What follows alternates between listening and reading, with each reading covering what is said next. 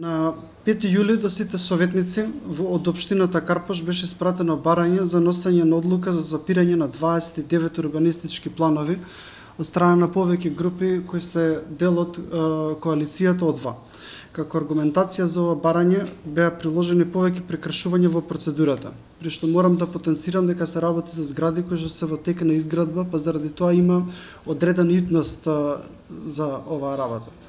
Левица е партија која јавно се залага против градежната мафија и едно од нашите ветувања во предизборието беше борбата против узурпација на јавниот простор во име на профит. И како такви, ветивме дека со сите средства ќе се бориме против кои што ни стојат на располагање. Со таа цел јас побарав ова барање се стави на точка на дневен ред на 11-тата седница, тоест минатата, но заради комплексноста на ова прашање се донесе заклучок дека ќе треба малку повеќе време да се процесуира и да се разработи подетално. Согласно со овој заклучок на 19 јуни повторно поднесов барање ова барање да се стави на точка на дневен ред на 12-тата седница, која што би требало да се одржи во јули. Масовната узурпација на јавниот простор преку градежната експанзија која беше минувана од минатата гарнитура е еден од најзначајните проблеми на жителите на општина Карпаш. Самото ова не создава само еколошки проблеми, туку и инфраструктурни. Ова стана проблем до таа точка што за време на локалните избори ова беше главното барање на самите граѓани. Од досегашниот тек на настаните се појавуваат неколку прашања. Зошто Левица го потегнува ова? Зошто Левица само го поддржа ова барање? Посебно ако се има во предвид фактот дека сегашната власт протестираше и подпишуваше петиции за борба против градежната мафија.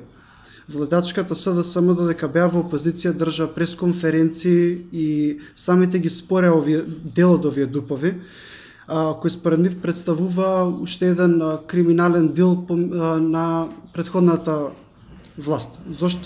Зошто тогаш сега, кога тие се на власт, граѓански организации почнуваат предметен уставен суд, кога главното ветување преку кое СДСМ дојде на власт беа ветување дека ќе се справи со криминалите на претходната власт.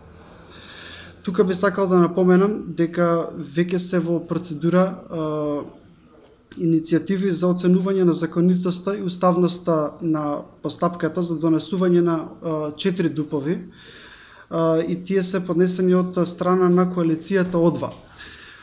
Ова уставна иницијатива веќе неколку месеци нема правна разврска, со што се доведува во прашање ефикасноста и непристрасноста на функционирање на Уставниот суд. Политичките субјекти во државата и самите институции преку нивната негрижа за граѓаните креираат ситуација на перманентна битка со ветерници, каде што граѓаните се оставени сами на себе да се борат за основни човекови права како правото на чист воздух.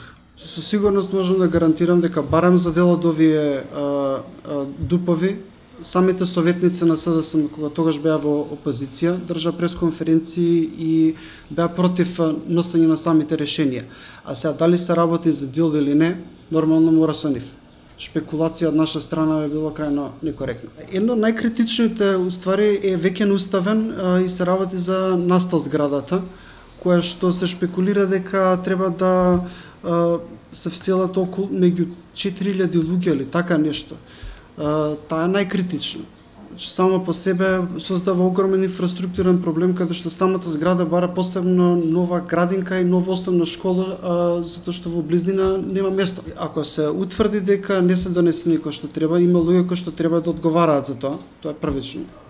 Од самата администрација, политички партии, јас нема да навлегувам во процеси на правно гонење на луѓе кои што издавале дозволи со прекршување на процедурите.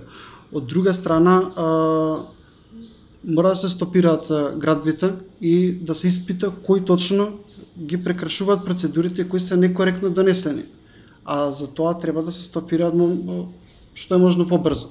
Затоа што на крај крајови СДСМ како партија која што се залага многу за бизнес заедницата треба да мисли малку и на нив, затоа што кога ќе се изгради, ако треба да се руши, повеќе пари потонале во тоа.